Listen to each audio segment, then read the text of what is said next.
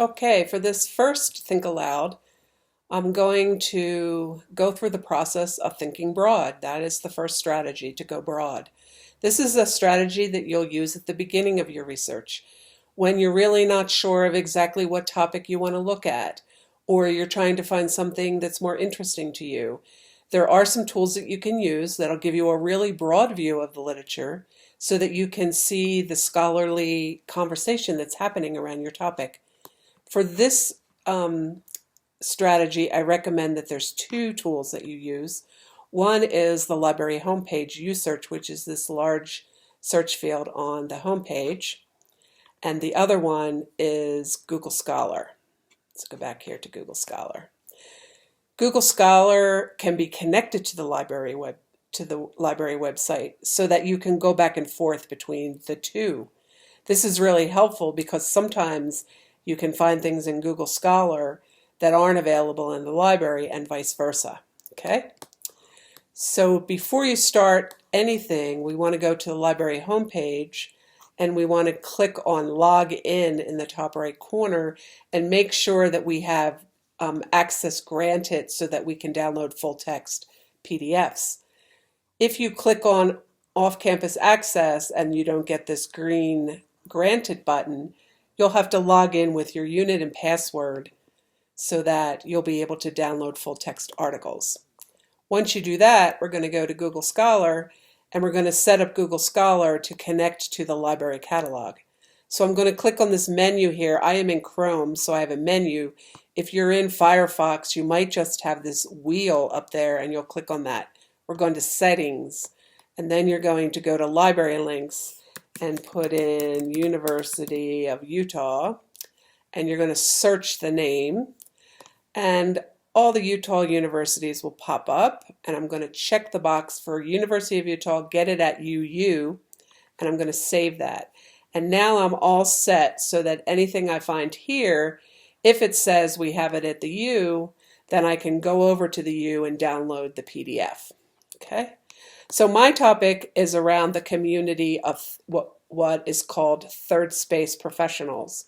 So in higher education, there's a group of people that are not associated with disciplines like economics and psychology and math. Instead, they work at the university in the borders or the boundaries around the disciplines. That's why it's called third space. These are people like IT people, instructional designers, advisors, and librarians like me.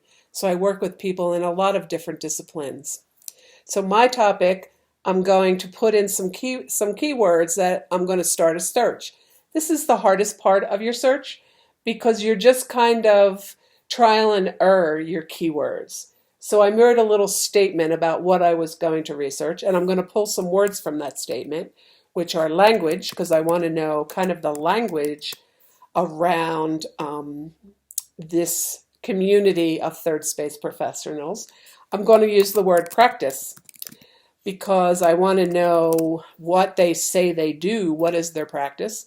And I'm going to say third space professionals, which is the community that I am researching. I'm just going to do professional without the S. So I find 3 million results. That's a lot. I don't have time to go through 3 million results. So I'm going to try to narrow it down and try to get closer to my topic. So I'm going to click on custom range and I'm going to narrow to the last 10 years. This is a pretty new topic, so I don't need to go back. So I'm down to 900,000. Another strategy to narrow down your results is to use not only the ands. Ands often broaden your search. I'm going to use quotation marks around the word third space professional. This is an actual phrase that is in the literature, so if I put quotation marks around it, it will find that phrase, not the individual words. So I'm going to search that, and that brings me down to 68. Well, that was drastic, from 900,000 down to 68. But let's take a look what we found. So what I do in Google Scholar is I kind of scan, I look for new keywords, like identities might be a keyword. I could say professional identities in third space. I look at keywords, I look at the authors. So I see here, C. White Church, C. White Church, C. White Church. She's occurring quite a bit. This is Celia, actually it's Whitchurch, and she is from the UK, and she's one of the primary authors on this topic. So I would expect to see a lot of her work here in Google Scholar. She's also from the UK. So you'll see this one, Optimizing the Potential of Third Space Professionals, is a document that's posted on a university website in the UK. We do not have a copy of this in the library, but I can click here and download this from the UK. This one up here is available on the author site, but also available through the U.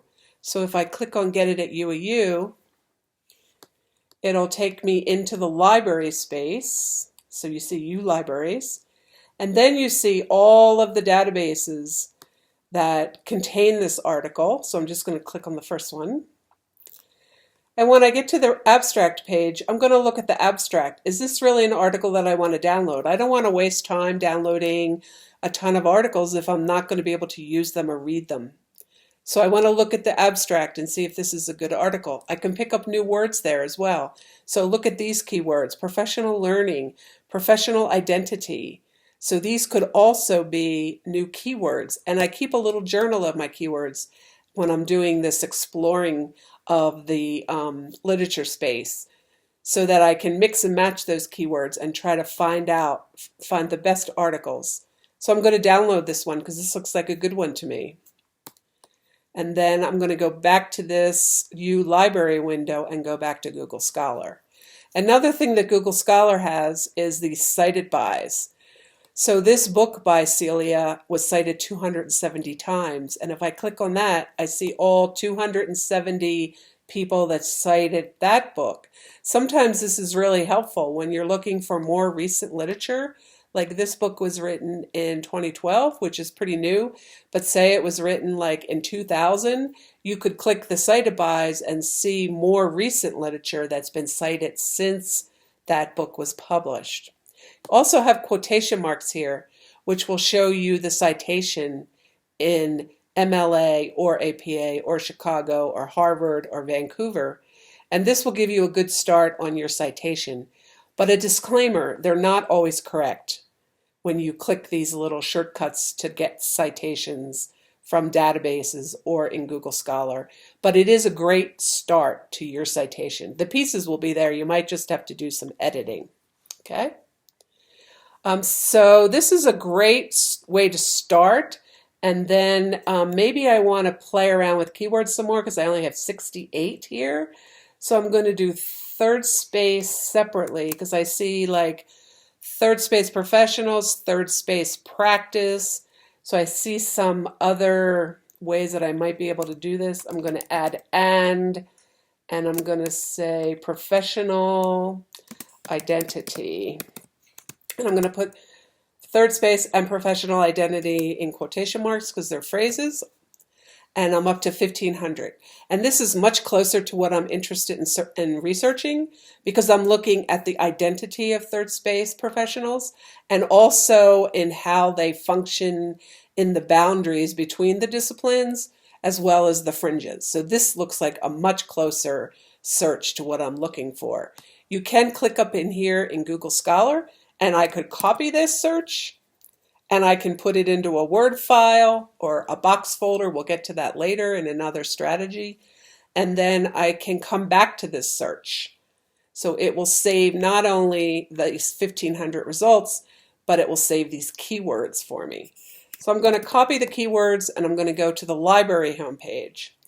And I'm going to put that in here and see what I find. So you're not going to find as many as that on Google Scholar, which is an international-wide database. These are resources that the library owns. We own a lot. We own a few million books, and we do own a lot of databases that you can get full text articles from, but it's not as broad as Google Scholar. That's why I like to use both of them together. Okay, so we have some articles.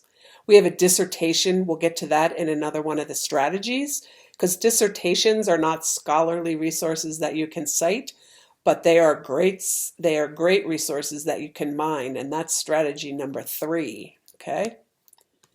So if this is not exactly what you're looking for, then you could get rid of your quotation marks, maybe broaden it up a little bit then. And see how that would change your search. So this first strategy is kind of about exploring. So you see we went to a lot more resources.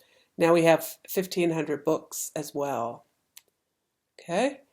So you need to play around with your keywords to see what you're finding. And now we are ready to go on to strategy number 2.